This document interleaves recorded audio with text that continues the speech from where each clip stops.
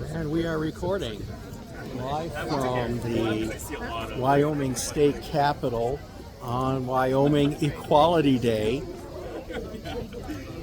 The program should begin shortly.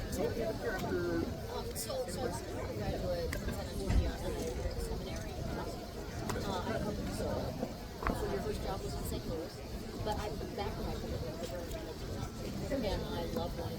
So I miss state. Married to a so I'm not my daughter. So you were saying when it's a labor, you have to go back to Boston. I was like, we have hospitals are good here. here. Did you have that?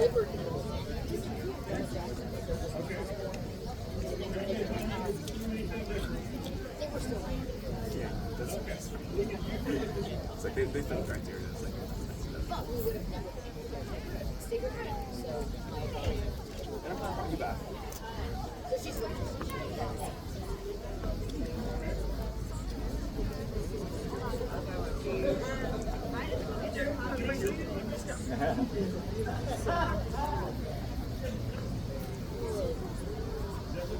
yes, I know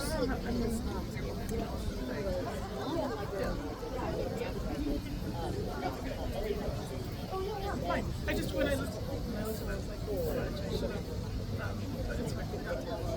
well, that's just higher.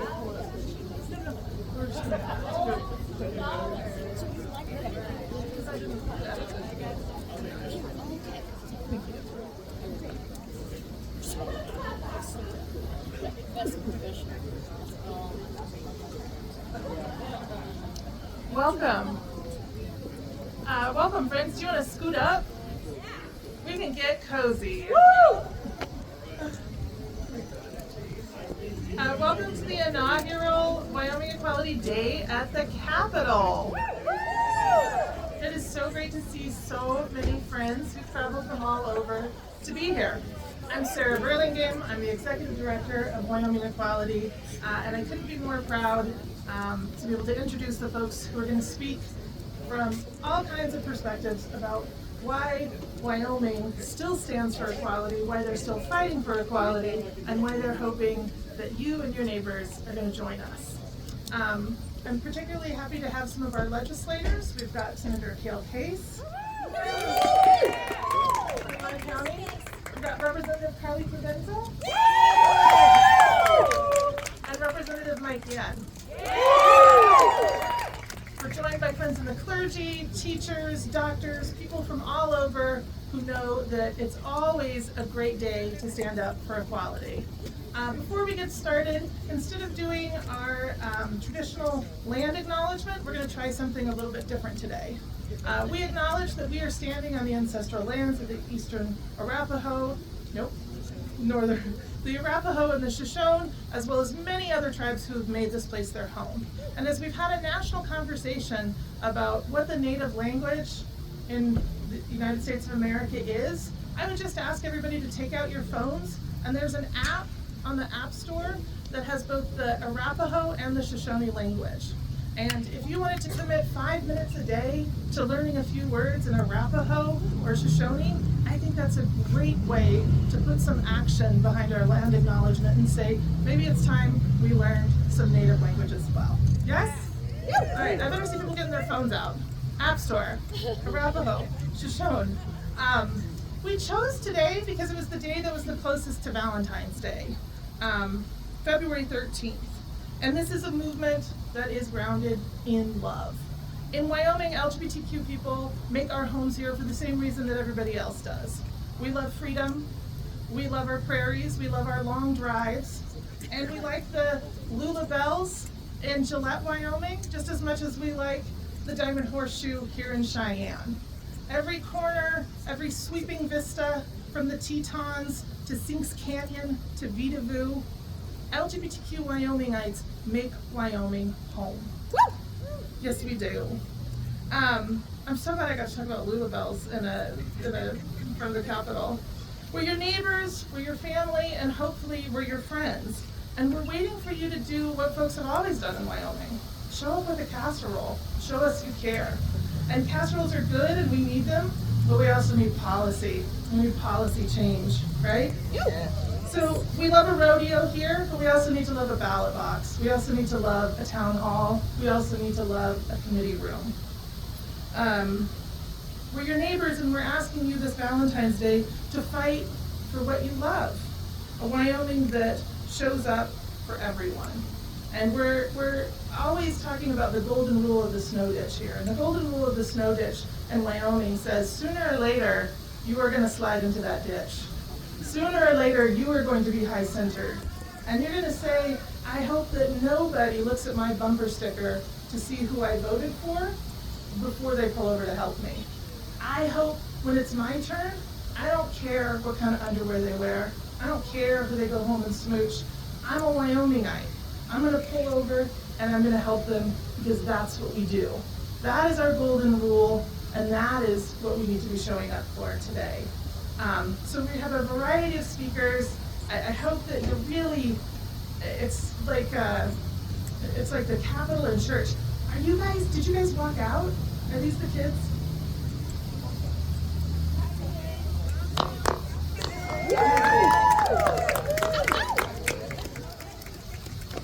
Amazing. Valley, I love this state. So I would just ask everybody, I think you're going to remember the words that were spoken here today for a really long time to come. I think the people who are bringing these messages have something that you maybe haven't heard before. So I'm very honored to have our first speaker be my friend Senator Cale Case. He probably doesn't need I guess he doesn't need an introduction. You all know Senator Cale Case. You know that he's been fighting for equality. You know that his work is good, and you know that he has something special to say about Lester Hunt and why we all need to know this man's story and carry it forward. Please welcome our friend, Senator Cale Case. Thank you. Okay.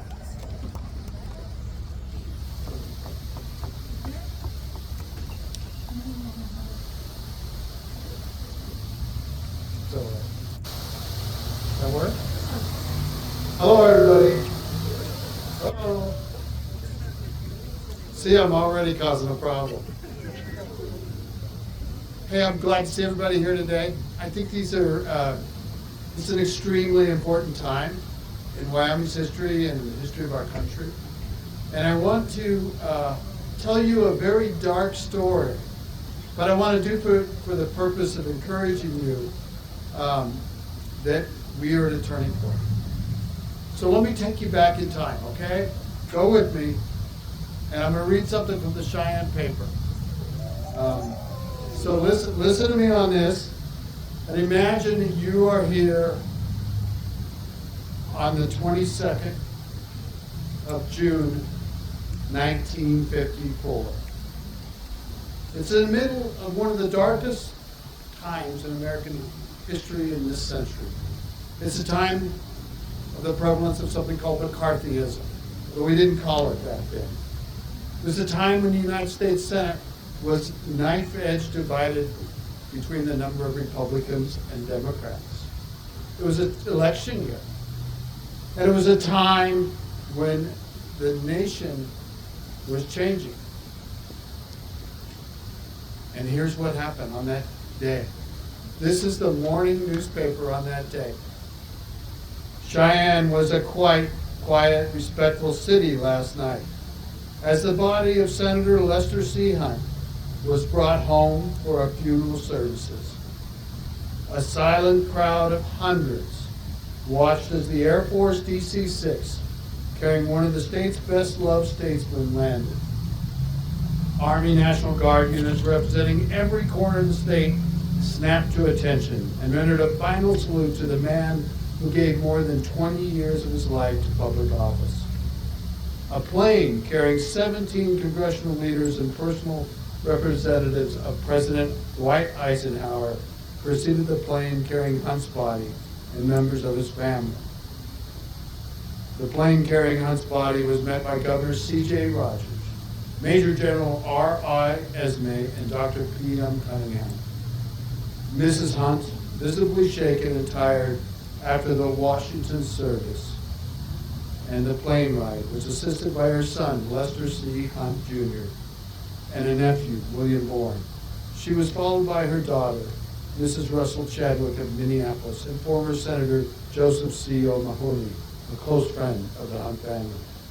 The casket bearing the senator's body was taken from the plane in an honor cortege to the funeral home, preceded by an honor guard composed of Wyoming Army National Guard units, representatives of the 187 Fighter Bomber Squadron of the Air National Guard, and Warren Air Force Base representatives. The cortege moved west on 8th Street onto Pioneer. Cars choked the access streets, and at every home, people lined the curb, paying a silent tribute to the senator. There were tears in the eyes of many. Old men stood at attention. Children were silent. The group numbered into the thousands, people say. That was Monday night. On Tuesday, the state of Wyoming closed, and Lester Hunt's body, Senator Lester Hunt's body, was brought up these stairs and laid in the rotunda right in there. There was a service at St. Mark's Episcopal Church, about 2 blocks away, after his body laid in state. One of the honorary pallbearers that day was my father. And this is a special story because Lester Hunt was from Landon. But and Lester Hunt was a Democrat. He was part of the sweep of Democrats that had all 5 elected officials in Wyoming beginning in 1935. He had a great career. He served as Secretary of State. He's the guy that put the bucking horse on the license plate. He served as governor during World War II, and he was elected in the United States Senate. He was approaching his 2nd term in the United States Senate. He was a well thought of person. He was considered to be vice president. And then, at that moment in time, Joe McCarthy, who was one of the most vile, right-wing, extremist, fascist sympathizer, found out that Lester Hunt's son, Buddy, was gay.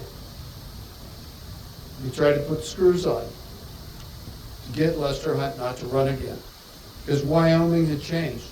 It was now moving towards Republican. Well, Lester Hunt stood up and he stood up. But Senator McCarthy was ruthless. Senator McCarthy's favorite tool were these hearings that he would hold, where he would implicate people's integrity and drag them through the mill, and with all sorts of allegations that were largely unsubstantiated. And then in the end, down the road, the allegations wouldn't prove up that the damage was done. Well, on a Friday, the 18th of June, Lester Hunt was going to announce, Joe McCarthy was going to announce investigations into a particular United States senator whose son had been arrested by the D.C. Moral Squad. Buddy Hunt was gay, or he's at least experimenting with his sexuality. He'd been arrested soliciting sex from an undercover male policeman. That's all bullshit. It wouldn't mean anything. Back then it meant everything. Lester Hunt was trying to wrestle with how to protect his family, how to protect Buddy, who he loved dearly. He stood by Buddy at the trial. He paid Buddy's fine. They managed to keep it out of the papers in Wyoming. They had some help from some influential newspaper people. But in the end, McCarthy was going to have a public hearing and draw it all out. He announced it on the 18th of June. On the 19th of June, Lester Hunt went into his office. It was a Saturday morning in the Senate office building. I have stood in the very room where he took his own life. He didn't see any other way out. He was trying to protect his wife and his family, and he was trying to protect Buddy. He could have gone through with the hearings. He tangled with McCarthy before. He was good at tangling with McCarthy. But this time it was going to be about his family. And in those days, there wasn't a good way out of that situation for Lester Hunt and to protect his family. I'm so glad time took over. He took his life on that Saturday. On that Monday, the United States Congress, both houses closed. They met briefly and passed courtesy resolutions, and they designated dignitaries to accommodate to accompany the body. And there was a funeral service held in Washington, D.C. on that Monday. Can you imagine? It wouldn't happen today. I died on Saturday, Sunday, Monday. A service is held in Washington. The newspaper story I read to you just now came out Tuesday morning, and they brought Lester Hunt's body here after having the service in Washington, which was attended by Lyndon Johnson, Richard Nixon, you name them. U.S. Senate loved Lester Hunt. Here's another part of this story.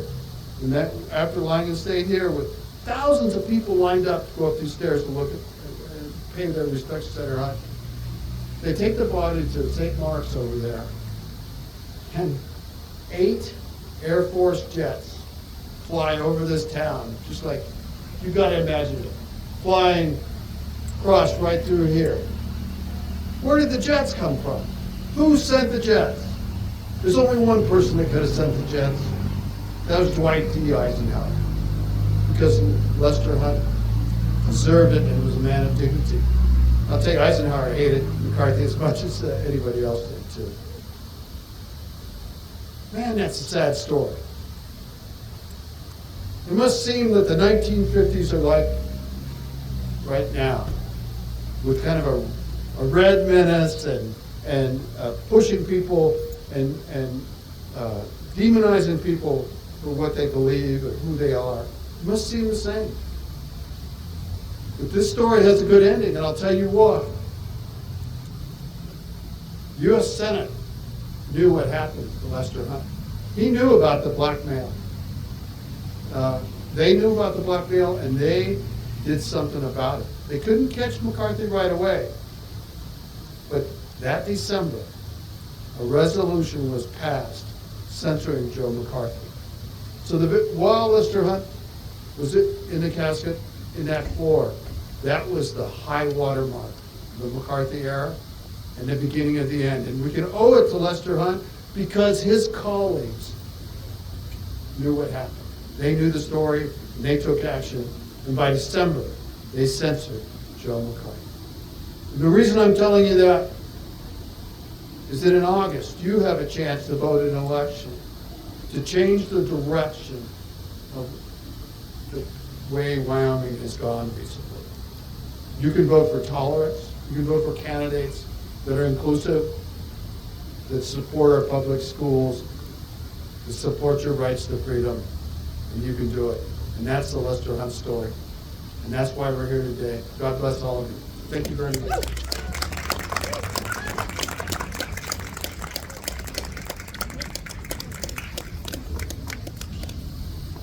Oh, yeah. I'm just going to run off. I got to go to a committee meeting. I'm sorry. These guys are smarter than me. Another round for Senator Case.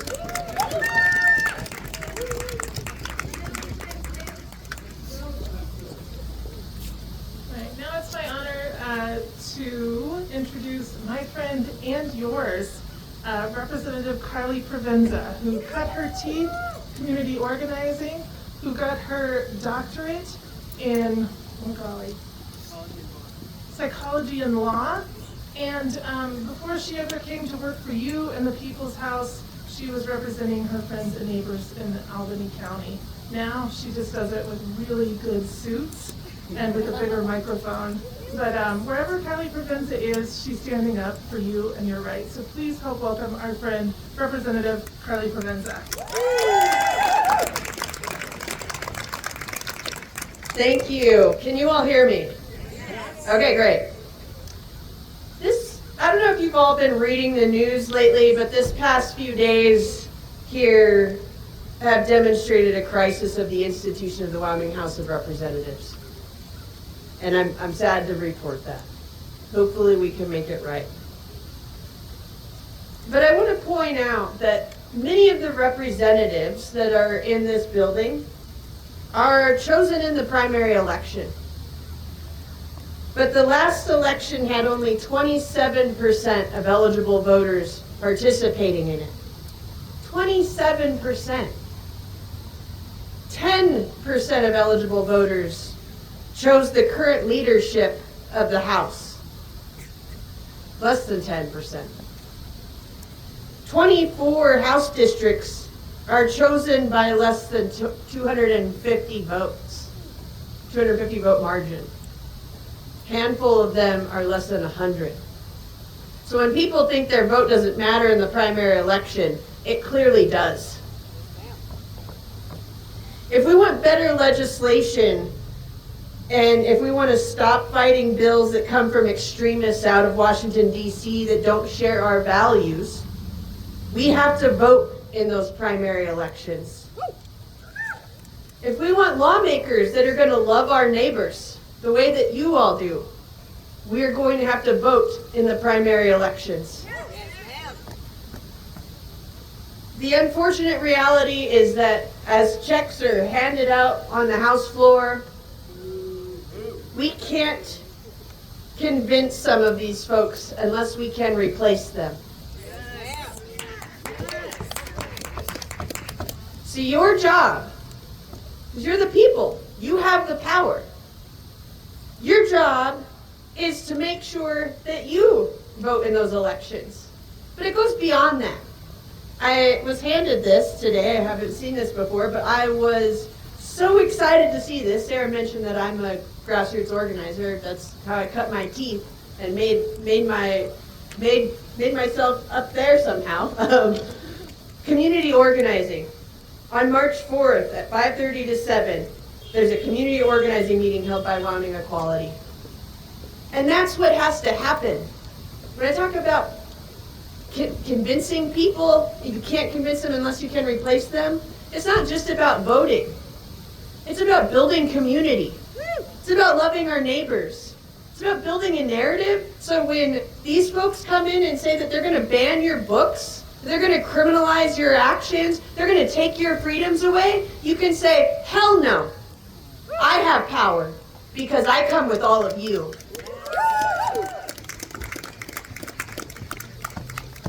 So, come to this meeting. Hopefully I will be tuning in, although it'll be March 4th, so I might still be on the floor. But I want you all to walk away. I know this moment is hard, it is scary, and we should be grieving. But we should also recognize our power. And when you do something, you turn your despair into hope. So thank you all for being here today. Love your neighbors. I sure love mine. And I'm going to hand it off to Sarah. Just kidding. I'm going to give it to Mike Yin, the Minority Floor Leader of the House of Representatives. Hi, everybody. So, thank you guys for being here. This building right here only exists for all of you. This is your house. This isn't our house. We hold this seat for you guys. What we have in the bills that are in there, okay, and I know Representative Provenza mentioned this, we have 2 book banning bills that are currently moving through the House side of the building. House Bill 10, House Bill 72, both of these bills, they don't say book banning in them. They never want to say that they're book banning, but we have to be honest about what these bills actually do. And especially for those kids out over there. What these bills do is they tell those kids what they can and can't read. They tell you as parents what your kids can and can't read. It lets not only the people in this room tell your kids what they can and can't read, but it lets anybody in any school district individually pull a book off the shelf. Okay, but let's let that sink in a little bit. It lets them say that I think, for example, the bill itself, if you put the text of that bill in a high school library, I as an individual can go to your school district and say, that bill is quote unquote obscene by the new definition in that bill. And that I want the text of that bill removed from the library. When is it ever okay for the government to say what information you can read and what you can't? And especially to tell parents what they're allowed to give to their kids. Never, never. That is the right answer. We have to stop this in its tracks. Again, it's never been about what they say it's about. It's always been about telling you what you and your kids can't read. It's the idea that the government should control the information that goes to your family and your kids. And that's not something that Wyoming has ever been about, nor is it something that Wyoming should ever be about. So when those bills come to committee, do we know when they're coming to committee? This morning. This morning. Okay, so then they're going to come to the floor. When they're going to come to the floor, you guys need to be up there to show people that freedom actually matters, that this isn't about Wyoming controlling its populace. It's about making sure that Wyoming stays free. So I want to say thank you guys for being here. Thank you for all you do. What they both said, elections matter a lot. And so I look forward to having a different chamber next year. Thank you guys. I'm going to give it up again for Representative Mike Yen. And if you didn't see him go hard on the floor of the House this week to protect the integrity, you missed out on something really, really beautiful. Next up, we're going to introduce our friend Santi Murillo. Most of you know Santi because she shows up in these halls making sure that trans kids have a voice and has been doing it for the last 4 years despite heavy opposition. She's the former communications director at Wyoming Equality. She's a cheer coach. She's a former University of Wyoming cheerleader. And everywhere she goes, she brings beauty and grace. She's Santi Murillo.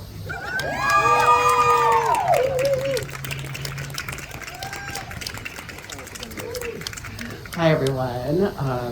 Again, my name is Santi Murillo. This is my 4th year doing this. I'm so happy to be here with you all. I've lived all over Wyoming. I was born in Rock Springs. I grew up in Rawlins. I went to high school in Douglas, college in Laramie, and now I've settled here. And I chose to stay when I could have easily left, and that choice really matters. When we talk about dignity and safety and belonging, we're not talking about these abstract ideas. We're talking about the people that we truly love and care for, the people that make our communities better, the people that teach our children, that coach our children, everybody that contributes to our community. Sorry, I can't read this. When we talk about those things, we're talking about whether our neighbors get to live safely without fear. And we talk about whether the kids in our schools get to feel safe walking to class. And whether families can exist without being targeted by policy or rhetoric, especially our parents and our trans youth. Over the past 2 years, under the current administration and the current legislature, I have seen 2 major parts of my identity being debated. 1, as a proud trans person, but 2, being a proud Mexican-American person. I've testified in these committee rooms where there was major opposition and they did not feel safe. I've listened to whether I deserve to participate in sports or people like me were able to participate in sports. Whether if I had the right to access health care in this state and people like me. And I've sat there and listened to lawmakers speak about people like me as if we are problems to solve instead of people to love and treat with compassion and kindness. And still, I stand here. I'm still here. I'm not gonna lie. It was really hard for me to come here today. But I've been proud to be one of the faces of the movement for transgender equality in Wyoming. And I've shared deeply personal parts of my life, my family's lives, the people I love, with people who have weaponized that against me. And that's not right. But I've done it because I still believe in dignity and I believe in safety and belonging. But I can't do this alone anymore. And I'm not just saying just me, but no one person should have to carry the weight of an entire community on their shoulders. And I know it's easy to feel that way when we're separated by long drives, especially in the winter when we can't get to those places. It's easy for us to feel alone. But real change doesn't happen when one trans woman like me stands up. It happens because neighbors show up, because parents speak out, because faith leaders, business owners, teachers, coaches, all of us gather and we teach people that we are not, that dignity happens. I'm so sorry, I can't read this. But change happens when people who are not directly targeted decide that dignity matters anyways. And that's the message we need to be sharing with our legislators. I'm gonna go over just the 3 things I said, but what they mean to me. Dignity means recognizing that every person has inherent worth. Safety means ensuring that no one has to fear violence, discrimination, or erasure. And belonging means that when we say Wyoming values, we actually mean values that matter to all of us here in Wyoming. Not what the opposition says it is, and not what those in power say it is, but everybody. We don't have to agree on everything, to treat one another with humanity. And we do not have to fully understand someone to respect their dignity. And we absolutely do not have to make our neighbors smaller in order to feel secure in ourselves.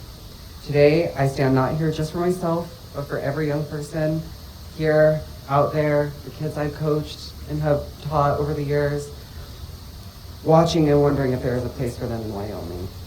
There is, and there has to be. And together, all of us, we will keep building a Wyoming that we love and that we are proud to remain the equality state. Thank you so much.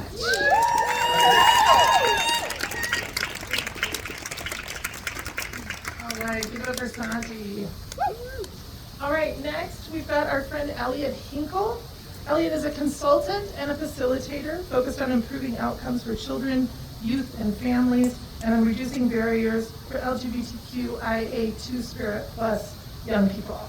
A transgender Wyomingite, Elliot has contributed thought leadership and advocacy through writing, public speaking, and community organizing.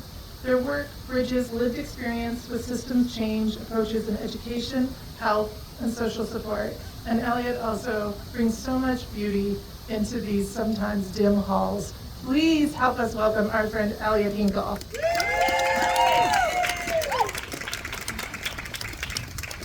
If you have one of these cool Casper Pride signs, can you hold it up? Woo! Yeah, acceptance day is live. The campaign we've got going, put it in your yard. If you want one, we'll get more. All right. Well, let me hear your voices again, Wyoming.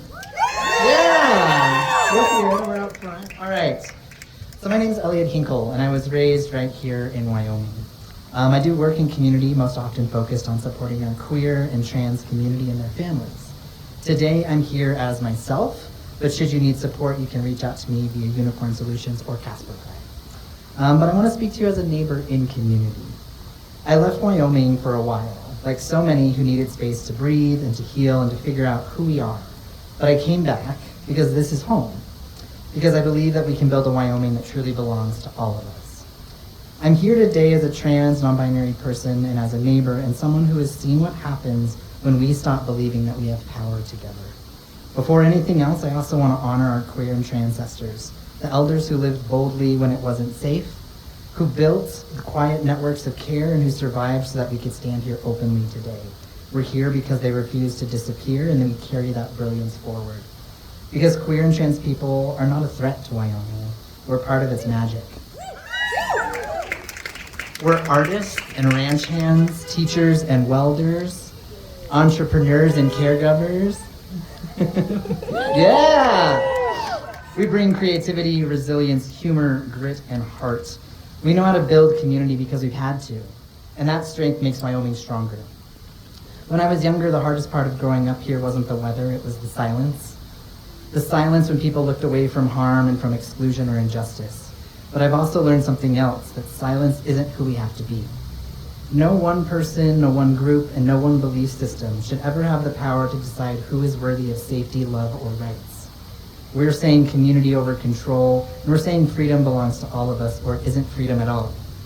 And I know that what's happening in our country, attacks on trans people, reproductive rights, educators, racial justice, voting, and more, can feel like separate battles, but they aren't. The threads are of the same fabric, and if we let one unravel, the whole thing falls apart. Martin Luther King said in letters from Birmingham jail, "Moreover, I'm cognizant of the interrelatedness of communities and states. I cannot sit idly by in Atlanta and not be concerned about what happens in Birmingham. I can't sit in Wyoming and not be concerned about what happens in Minneapolis." Injustice anywhere is a threat to justice everywhere. We are caught in an inescapable network of mutuality, tied in a single garden of destiny. So whatever affects one directly affects us all indirectly. So every time we protect someone else's rights, someone who's different from us, we're not just being kind. When we stand up for queer kids and for Indigenous sovereignty, for women's autonomy, and for workers' dignity, that's allyship, solidarity, and democracy. So here's what I'm asking of us. Look around, really look around at the people beside you, because that's who you're fighting for and who's fighting for you. If you hear someone being targeted, say something. And if a policy threatens someone's safety, show up. If your friend's scared, stand closer. And if you have a platform, paycheck, pulpit, or porch, use it. We need each other. Coming home to Wyoming, I've seen more courage here than I ever expected. Folks who are putting up pride flags even when neighbors glare, teachers protecting their students, parents learning to affirm their trans kids, and people opening their doors and their hearts when it matters most. That's the Wyoming that I believe in, and that's a Casper I came home for. So let's keep doing it louder, braver, and together, and let's make sure that when history looks back on this moment, it says that they tried to divide us, but Wyoming chose each other. Stay loud, stay kind, and protect one another. Thank you.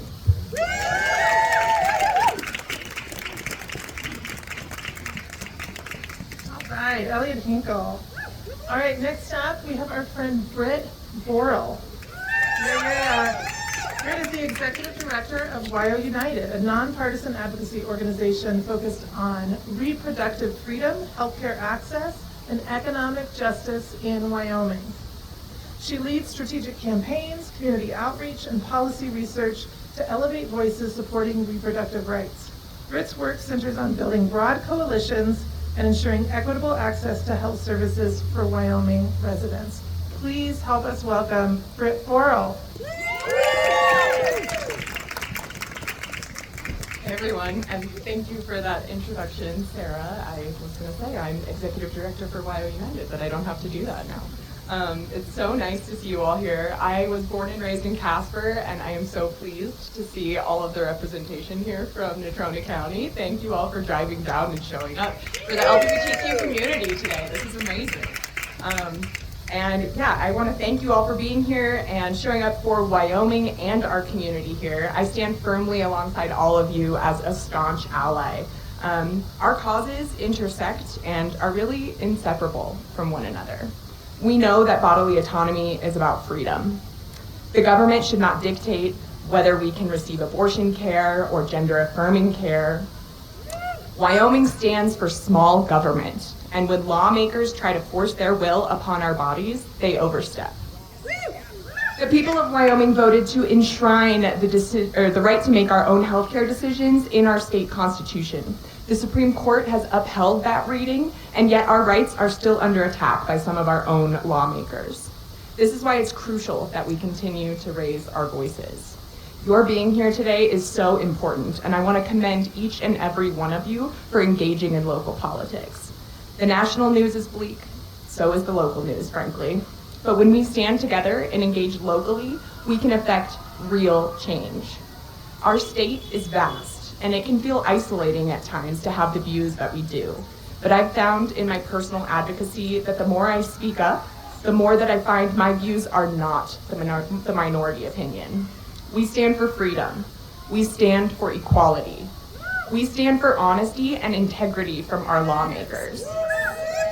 We want the government out of our private healthcare decisions. These are popular opinions. And when I see you all gathered here today, it reminds me of that fact and inspires me to keep advocating. So keep inspiring one another. Keep raising your voices. Keep organizing. Keep reaching out to your local lawmakers and engaging in local democracy. keep investing in community and caring for one another. And don't forget to vote, please. I also just wanted to do a call out. We are hosting a rally for Repro here next Friday as well from noon to 2. I hope you will all show up.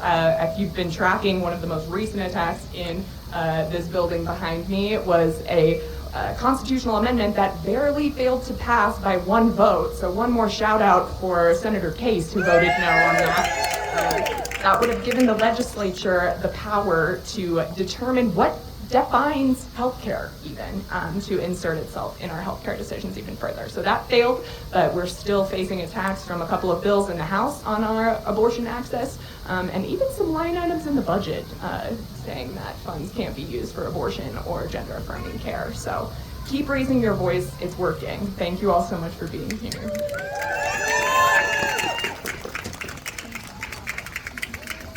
All right. Before we introduce our next one, we just want to say welcome to the kiddos. Welcome. We are glad you are here.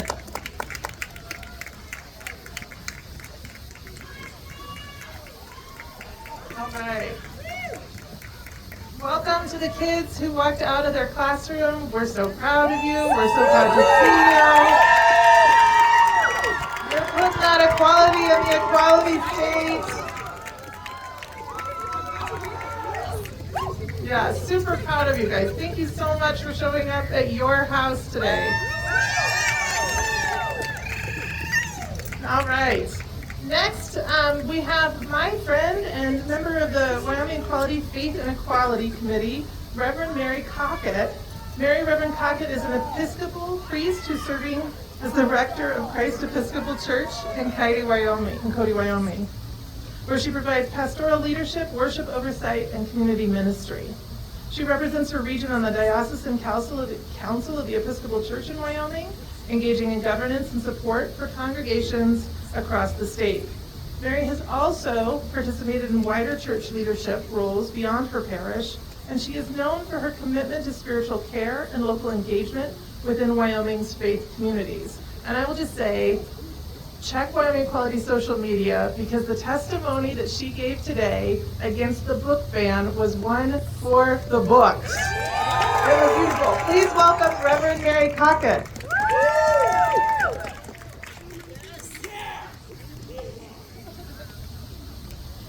So my name is Mary, Episcopal priest from Cody.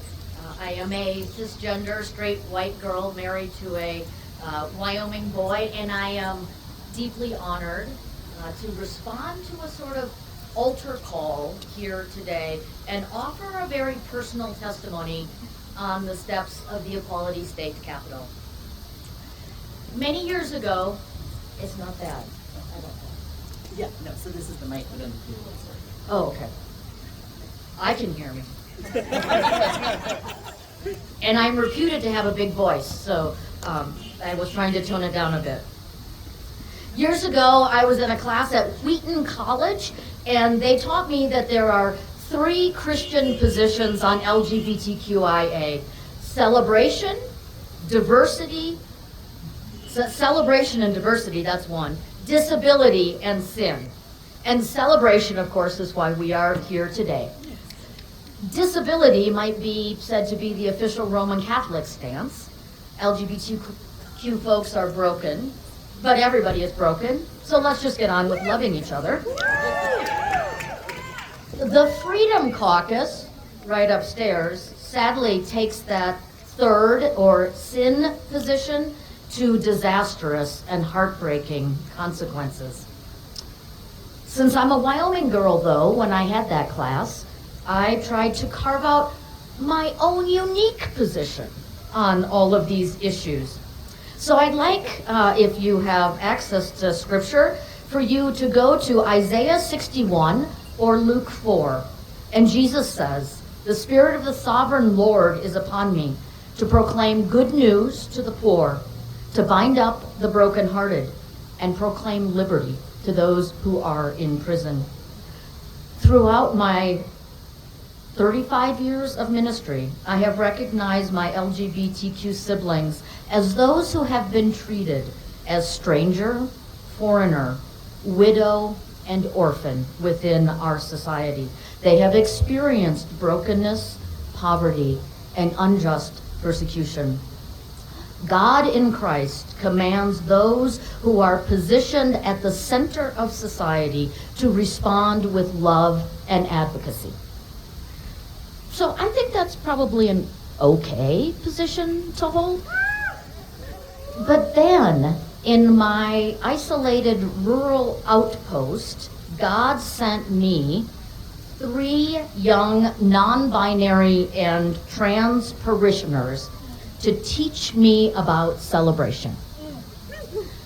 One shared their non-binary identity in high school when they came to me after another church's priest had commented to a parishioner in the church in their hearing that all gays are sinners. They still sought church refuge and came to our church as a refuge from bullying of all sorts. They won a fully inclusive scholarship, have now graduated from college, and they are an amazing baker, and I wish they still lived in Wyoming so I could enjoy their baked goods. Another one brought me up short when she was willing to submit herself to a church ceremony that we were holding, celebrating the move from boyhood to manhood, when manhood was not where she was going. And then she assisted us in revising our rite of passage, all the while working on her PhD in physics. And the third suffered through mysterious illnesses beginning when his female body was in high school. I joined with mystified parents in healing prayer for this person. And now I'm proud to report that he and his husband are both physically healthy, and they have recently welcomed 2 foster children into their family. My young friends did need fierce advocates from the center, from those who are in power. However, their identity was in no way limited to their status as oppressed outsiders. Thanks to these 3 beloved children of God, I am now embracing a faith stance of celebration, because I know that Paul says there are varieties of gifts, but one Spirit, varieties of services, but the same Lord who activates all of our living in these variety of ways. We are one body in Christ with many members, because I am an eye. That does not make the ear any less part of the body, for where else would my hearing be? And so it's through Bible study and faith experience that I know that we are graced to encounter a living God who grows unified community that can embrace difference, quenching only the difference that decreases love, thwarts justice, or lessens humility. I invite you to read Micah 6:8. Moreover, the Holy Spirit of the living God can do all of this without any access to worldly power. Without any access to worldly power. So despite the fact that we are all standing here at the People's House this morning, I want to remind you that whatever the legislature decides, today we celebrate. And I would like to paraphrase the words of my sovereign Redeemer: be salty, stay lit.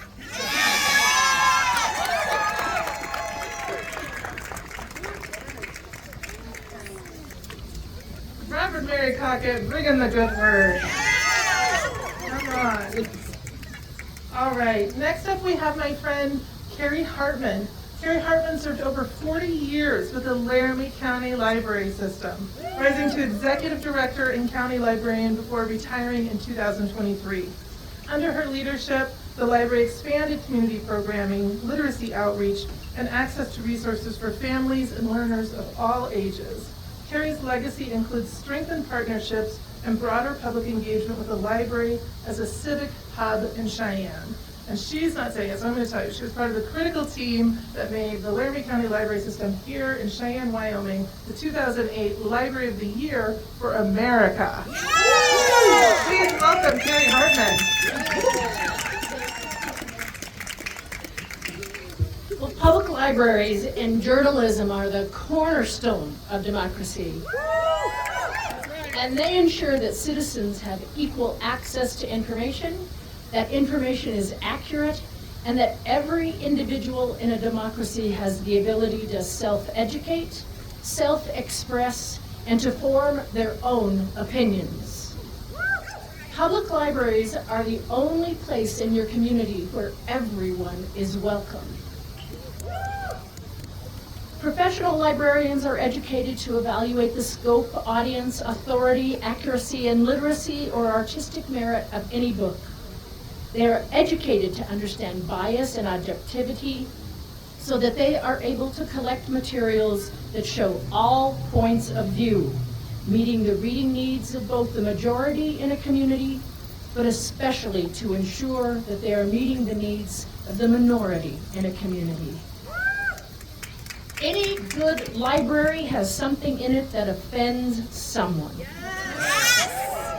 Any of us could walk into our public library and come out with 10 books, 2 bags full of books, or a list of 100 books that don't reflect your personal beliefs or your sense of truth.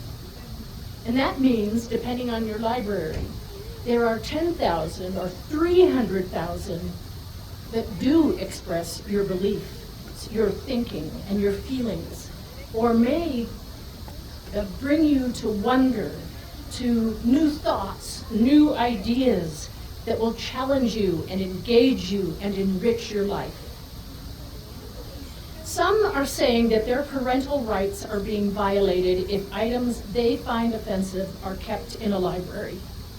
And some are using their personal definitions of pornography and obscenity to limit access to materials for the children of parents who want those items to be available. By the legal definition that has been established by the courts of the United States of America, there are no pornographic or obscene materials in any public or school library in the state of Wyoming. Those pushing for strict state laws regarding library materials are not willing to take responsibility for monitoring their own children's reading. They want that burden placed on librarians. They want to remove local control from library boards and school boards and increase government oversight by putting control in the hands of state government. We want less government, not more. We want local control, not state control. Please contact your legislators and let them know you oppose any bill that changes or increases the state's authority over libraries. Thank you for including me today. All right, give it up for our libraries and our librarians. Who knew they would be the front line? All right. We've got a few more speakers. Thank you guys so much for sticking around. Thanks for welcoming the kids who walked out. It is a great day to be celebrating freedom in front of the Capitol. Next, we have Logan Hurd. Logan is a graduate student at the University of Wyoming, a board member of Laramie Pride Fest, and a Laramie resident since 2020. His master's research examines justice, inclusion, and belonging for marginalized communities. He is committed to supporting Wyoming's Two-Spirit LGBTQIA+ community and advancing dignity and equal treatment for all. Please help us welcome Logan Hurd.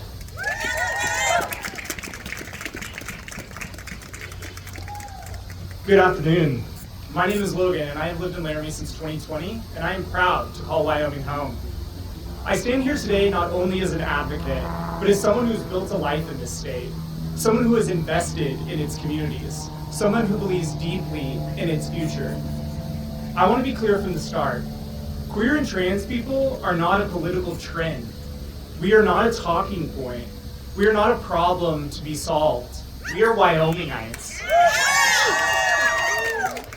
We live here, we work here, we raise families here, we contribute to this state. And yet, decisions in this building continue to make everyday life harder and less stable and more uncertain for people who are already doing their best to contribute to Wyoming's future. In Wyoming, community care is not optional. It's how we survive. Across this state, neighbors step up for one another, not because they have to, but because they need to. Because distance is vast, because resources are limited, because that's what it means to live here. Queer people are no different.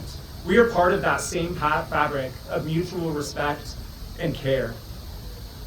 Here's a concrete Wyoming reality. In much of this state, queer people, and especially trans people, already face extreme barriers to healthcare. For some, there may be one affirming provider within hundreds of miles. Sometimes there are none. When lawmakers debate restricting care, that debate is not abstract. It means longer drives, delayed treatments, worsening mental health, and people leaving Wyoming entirely. That is not protecting families. That is disrupting families, straining local communities, and driving people out of Wyoming who want to stay and contribute. Equality Day matters because equality does not happen by accident. It requires choices. And right now, those choices determine who feels safe, who feels targeted, and who feels forced to leave the place they call home. And let's be honest, calling discrimination parental rights or religious freedom does not change its impact. Harm is still harm, no matter how carefully it's packaged. But this day is not only about what we oppose, it's about what we are building. We see what happens when people are supported instead of politicized. We see young people begin to believe they have a future here. We see families learning to show up for one another. We see communities choosing care over fear. Wyoming prides itself on fairness and independence. Fairness means the law applies equally. Independence means trusting individuals and families to make responsible decisions about their own lives without unnecessary government interference. If those values mean anything, queer and trans people cannot be held as exceptions. So today I ask lawmakers and community members to choose courage over fear, facts over misinformation, and people over politics. Because a Wyoming where people are treated fairly, trusted to make responsible decisions, and able to remain rooted in their own communities is not radical. It is what freedom looks like. Thank you all for being here. All right, Logan. Next up, we have my friend, the Reverend Delaney Piper. Reverend Delaney Piper uses they, them pronouns, and they're the pastor of Highlands Presbyterian Church here in Cheyenne, where they provide leadership in worship, pastoral care, and community outreach. Delaney has been involved in interfaith collaboration and local support networks, especially around community connection, hospitality, and social justice efforts. I'll just say, the last time we had lunch, they were a little rushed because the next day they flew out to be one of the clergy along with Reverend Elizabeth from the UU Church, who were called to Minneapolis to be part of the clergy response there. So they're really getting their travel miles in. Their ministry emphasizes inclusion, spiritual formation, and service to those on the margins. Please help us welcome Reverend Delaney Piper.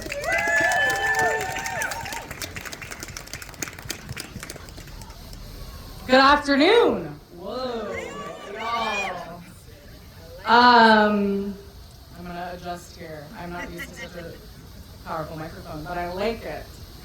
I am grateful to be standing here today with all of you and to be surrounded by so many diverse voices sharing this singular truth that love and dignity belong to all of God's children in Wyoming. Y'all, I was taught to preach by a Black Baptist and a Puerto Rican Presbycostal. That's a Presbyterian Pentecostal. So forgive me, but I'm going to preach a little to you all today.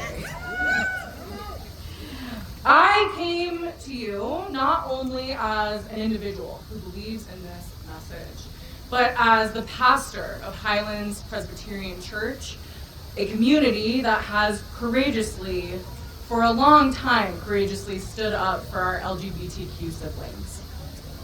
Highlands was the first more light congregation in the state of Wyoming. That's Presbyterian speak for we support LGBTQ people unequivocally and publicly. And a year ago, Highlands also made the next courageous step in their journey by calling me to serve as their pastor, making me the first openly queer clergy person to serve in the Presbytery of Wyoming. The Big C Church has not always been courageous as some of our local congregations. Many of us, I am sure, carry wounds from the failures of our religious institutions. The denomination that ordained me took far too long to affirm the equal ordination and marriage rights of LGBTQ people. And those delays caused real harm to real people. Today, things are different, but I feel like, and maybe you feel like this, change is still coming too slowly. However, what is incredible from my little corner of the world is how this change is being sustained, even right now. We have all witnessed how changes in our government can quickly shift the status and safety of LGBTQ people. And yet, within my own denomination, we have continued forward on the long, faithful course of reformation, of seeking greater equality and deeper faithfulness to the gospel of Jesus Christ, even as things are shifting in civil society. So while the government is seeking to limit my freedoms, the church is giving me greater freedom. This kind of sustained reformation, this changing of hearts and minds, is never quick. And it usually doesn't happen places like this where we celebrate rallies, we get loud.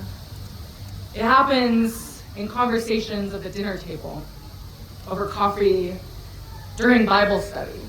It happens in relationships between people who, in their baptismal vows, have vowed to love and care for one another regardless of anything that divides them.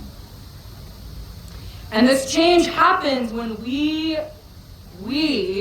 remain persistent in our advocacy and faithful to the truth that LGBTQ people belong everywhere, and especially in the church. This reminds me of a story from the book of Acts when the apostle Philip encounters the Ethiopian eunuch, someone who was not male or female. As Philip is explaining the scriptures to this person, the eunuch blurts out, "What is to prevent me from being baptized?" And Philip doesn't really have an answer except for, yes, let's do it. One of the very first baptisms by an apostle of the church is to baptize a person who is neither male nor female, because this person recognized themselves in the gospel of Jesus Christ, recognized that they belonged in the church from the church's very beginning. This past year, my denomination held a national vote, all 50 states and Puerto Rico, over 2 constitutional amendments that would strengthen our inclusion of LGBTQ people in our church. And I was present when the Presbytery of Wyoming cast its vote. But I was new here, so I didn't know how it was going to go. But I'm glad to say that it passed. I am overjoyed to be serving in a presbytery in a context that believes, just as the majority of Wyomingites believe, that everyone deserves love, inclusion, dignity, and equality, and that belongs to every child of God. So although Highlands was the first, and we remain the only more light congregation in the Presbytery of Wyoming, I have faith that we are not the last. Amen. Thank you all. right, Reverend Delaney. I gotta say, if you're looking for a church home, you're getting some really good suggestions today. And if you live in Cody, you know, not just Cheyenne. All right, thanks you guys for sticking with us. Next up, we have my old friend, Melissa Martin. Melissa grew up in Wyoming. She's raised kids here. She's representing Cheyenne Zonta. She's deeply committed to the power of connection in our community. And whenever there is a conversation about how to serve women and the underprivileged in our community, you will find Melissa Martin. Please help welcome Melissa.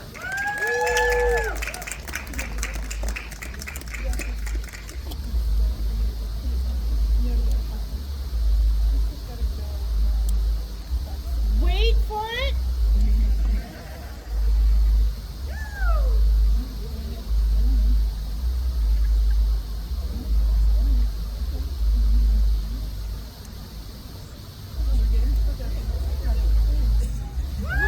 Hello, thank you. So I need you to contribute. It's Valentine's Eve. Yay! Come on, you can do better.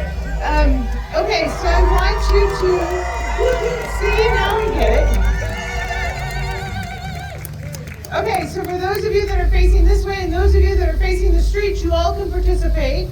Because it's Valentine's Eve, I'm going to ask you a question. If it relates to you, say I do. How many of you know of somebody who is in a healthy relationship? Woo! How many of you know of someone who's in an unhealthy relationship? How many of you know someone that has been hurt by love? How many of you know somebody who has been saved by love? Nice. How many of you know somebody who has repeated the violence they saw growing up with? Yeah. How many of you know somebody who has stopped the violence they grew up with? Thank you so much for participating. It is so important to use your voice. So you heard that from many of the speakers already. From Logan to Dot, Britt. I don't know why I just called you Dot. We haven't even met, but your name is Britt. Anyway, so it is so important that you make your voice heard. So I'm here representing Zonta. Cheyenne Zonta is a part of an international organization, a global network that is committed to building a better world for women and girls through service and advocacy. Our mission is rooted in equality, respect, leadership, and the fundamental belief that communities thrive when every person has the chance to live safely, confidently, and authentically. And so when I listen to those words, I am proud to be here because women before me paved the way for me to use my voice today.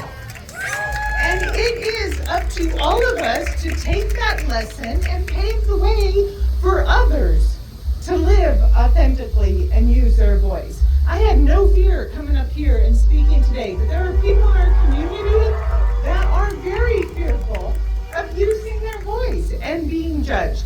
And so, did you know that the data shows that an estimated 16.3% of women in Wyoming are stalked in their lifetimes? That's horrifying. What I did not see readily available to me was the percentage of LGBTQ2 spirit people that go through the same thing, but we are not talking about it enough. And so it's because of the shoulders of Zontians and the women before me that have paved the way that I'm very strongly for advocating and using my voice to continue to pave the way, kind of like I think all of you are here for. So Maggie Kuhn said to stand, it's important to stand before the people you fear and speak your mind, even if your voice shakes. That is why we are here today. We need to use our voice to take care of each other. I'm a proud Zontian and a proud mother of trans kids, and I am proud of you.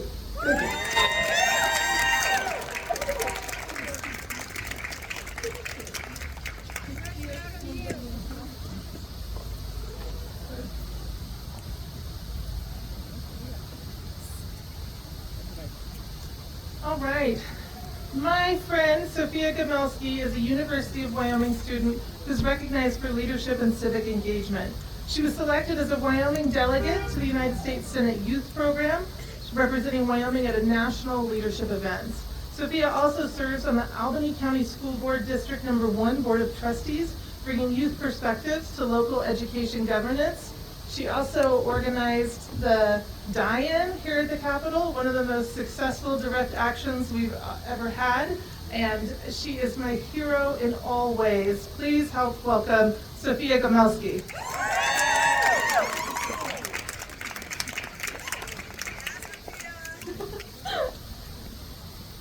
Hey team, oh whoa, it's loud. Okay, how are we doing? Yeah, okay. I just want to say my name is Sophia, and I think it's important to start off by just saying how much I love Wyoming. But I'm sure as some of you kind of feel like, it doesn't always feel like Wyoming loves us back. It's a bit of a complicated situationship, I would say.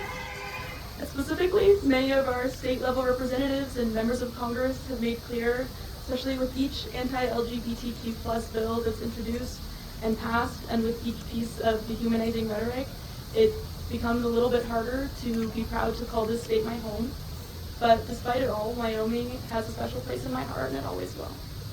When I talk about being from here, or even seeing myself living here in the future, a lot of well-intentioned friends typically ask me something along the lines of, why would you do that to yourself? Like, wouldn't you rather be in California or Chicago?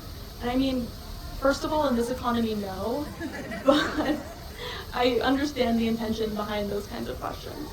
But I think they miss a very important aspect, which is that Wyoming is not a lost cause. It is not your cheating ex. Wyoming is more than its legislature.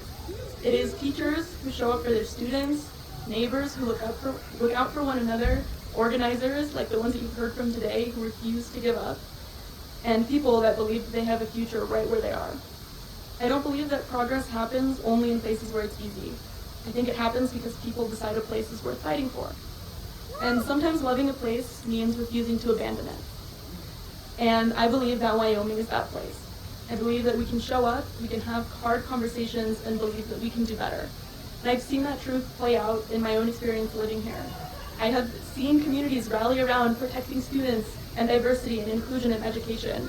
I have seen difficult conversations end with understanding, and I have seen people change their minds.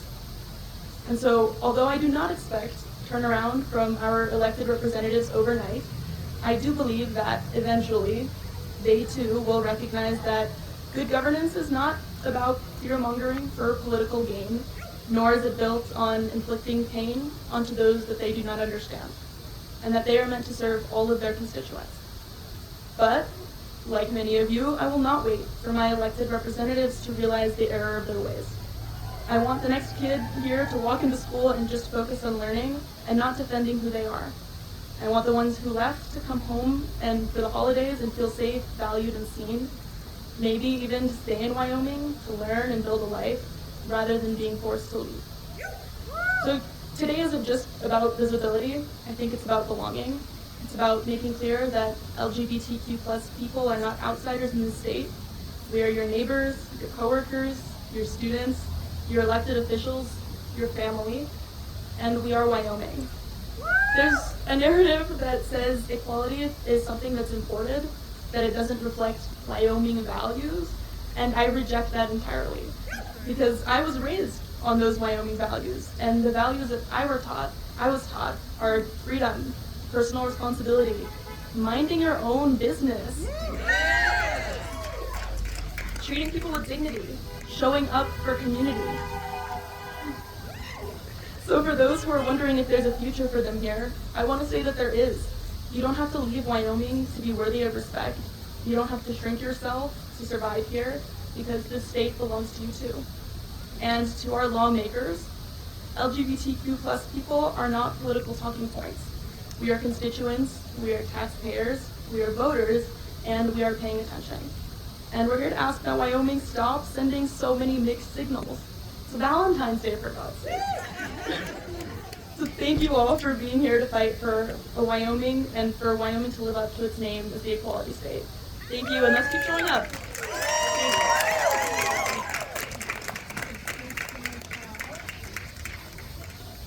Yeah, all right, we've got two quick speakers for you. But before I introduce my friend Dr.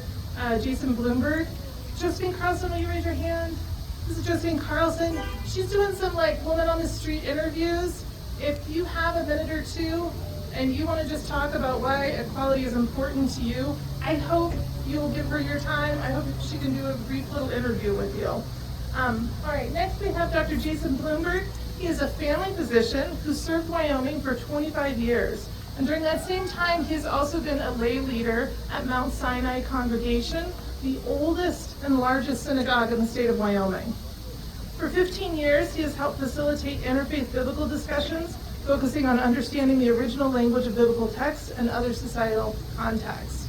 And importantly for Wyoming Equality, anytime Wyoming Equality had some place that we needed to show up in public, we always knew that the synagogue, we would have some representation from the Jewish community. They've always stood with our LGBTQ neighbors, and so I'm proud to help welcome my friend, Dr. Jason Bloomberg.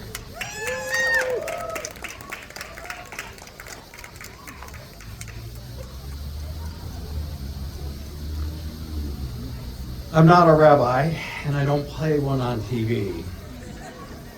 But a rabbi and a priest who were friends from childhood sometimes asked each other questions others would not.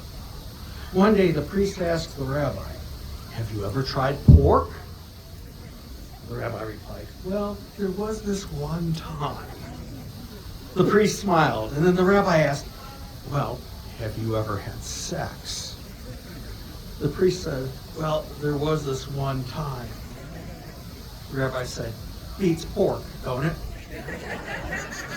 Here's the funny part. Both have admitted to committing what is commonly translated in English as abomination, a word which has been used as a cudgel to delegitimize same-sex relationships by cherry-picking parts of Leviticus totally out of context.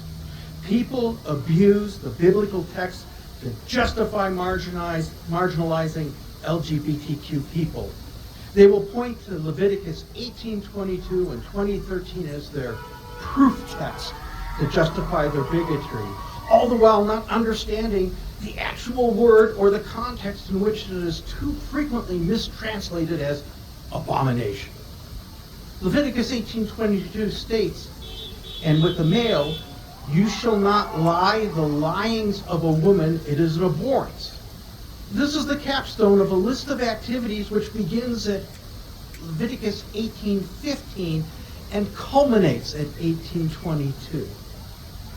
From this, we know to be in a state of abhorrence, there are 5 requirements which are not in that sentence, but precede it. 1, you have to be male. 2, you must be in the land of Israel. 3, you must be an Israelite, or later a Jew. 4, you must be a priest of the tabernacle, or later the temple cult.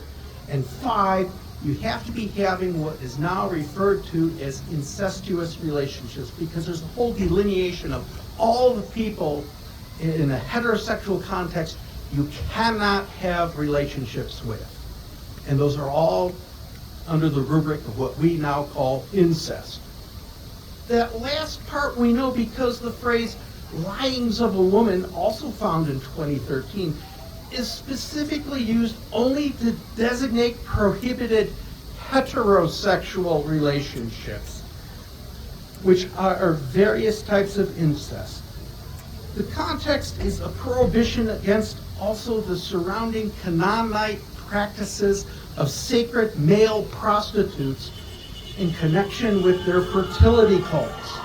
So from most Jewish perspectives, anyone in a consensual same-sex relationship is not committing an abhorrence unless they meet all 5 of those categories I've mentioned. For those who don't know, the Hebrew Bible makes no mention whatsoever about female same-sex relationships. So the word that's translated as abhorrence or abomination in English, in Hebrew actually is a word called to'eva, or depending on your pronunciation, to'eba. This is something that is detestable or causes a sense of revulsion. But we can use abomination for simplicity.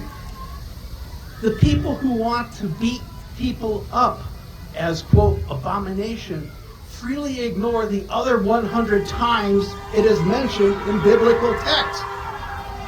Here's some things for you to chew on. Here are things that are abomination. Idolatry, which is why there's a connection to those referring to sacred prostitution of the Canaanites, child sacrifice, sorcery, consulting with the dead, tattoos, witchcraft. Okay. Eating non-kosher foods and non-kosher animals, hence the pork reference to the joke I opened with. Eating birds of prey, shellfish, any mammal that does not have cloven hooves and chews its cud. Eating that cheeseburger, that's an abomination according to biblical law, okay?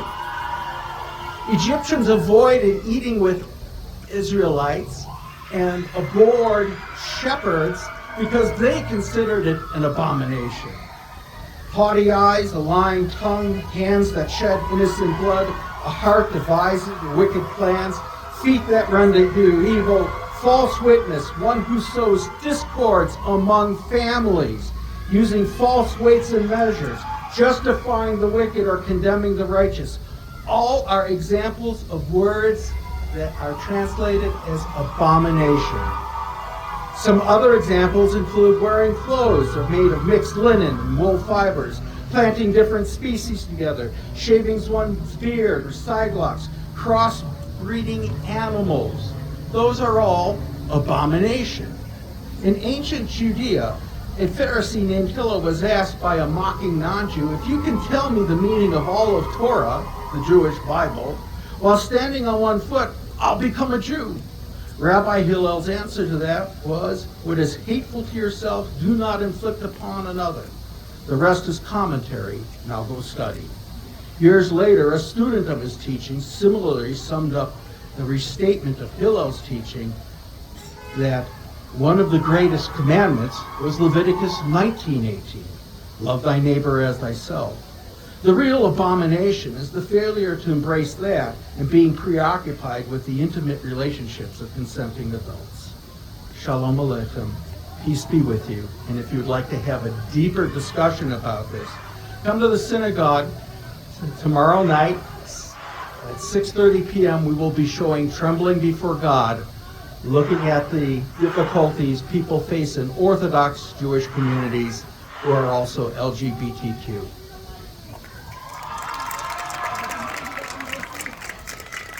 All right, folks, thanks for hanging in there. To close us out, we have our friend Marcy Kendred. Marcy is a Cheyenne resident. She's a longtime champion for her neighbors and community across Wyoming.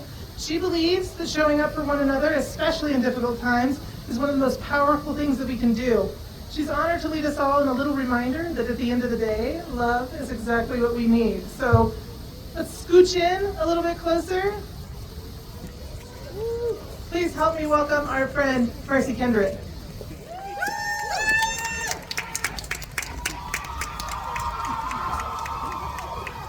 Hey, high school students. I talked to a few of you and to see if I could get some assistance. Ah, there we go.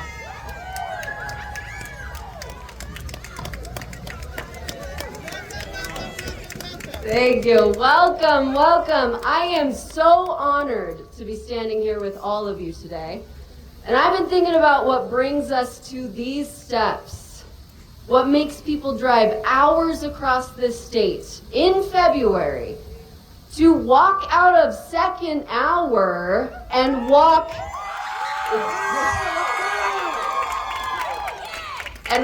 2 miles to stand together on these steps. And I think it's because we know a universal truth in our bones that hate is loud, but it is not the most powerful force in this world.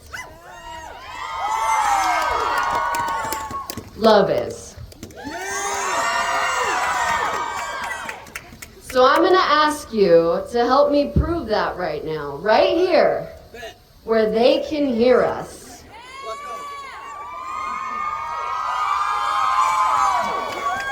When we get to the chorus, I want every single voice. I need you to give me everything you've got, whether you know this song or not. All You Need Is Love, a song by the Beatles. I'm going to read the first few verses. Love, love, love. There is nothing you can do that can't be done. There is nothing you can sing that can't be sung. That nothing you can say, but you can learn how to play the game. It's easy. Nothing you can make that can't be made. No one you can save that can't be saved. Nothing you can do, but you can learn how to be you in time. It's easy. There's nothing you can say that isn't known. Nothing you can see that isn't shown. There's nowhere you can be that isn't where you were meant to be. It's easy. Are you ready? Ready? All you need is love. Ra-ta-da-da. All you need is love. Ra-ta-da-da. All you need is love. Love. Love is all you need. Ready, everybody? All you need is love. Ra-ta-da-da. All you need is love. Ra-ta-da-da. All you need is love. Love. Love is all you need. Let's do some call and response. Love is all you need. Love is all you need. Love is all you need. One more time. Love is all you need.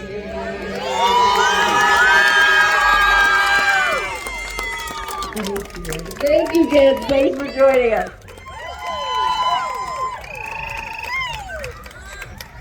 All right, take that spirit of love back to your communities. If you want to stick around with us and meet up at 2 p.m. and you want to deliver Valentine's or a message of love to our legislators, we would love to have you. Thank you so much to the high school students for showing up. We love and appreciate you.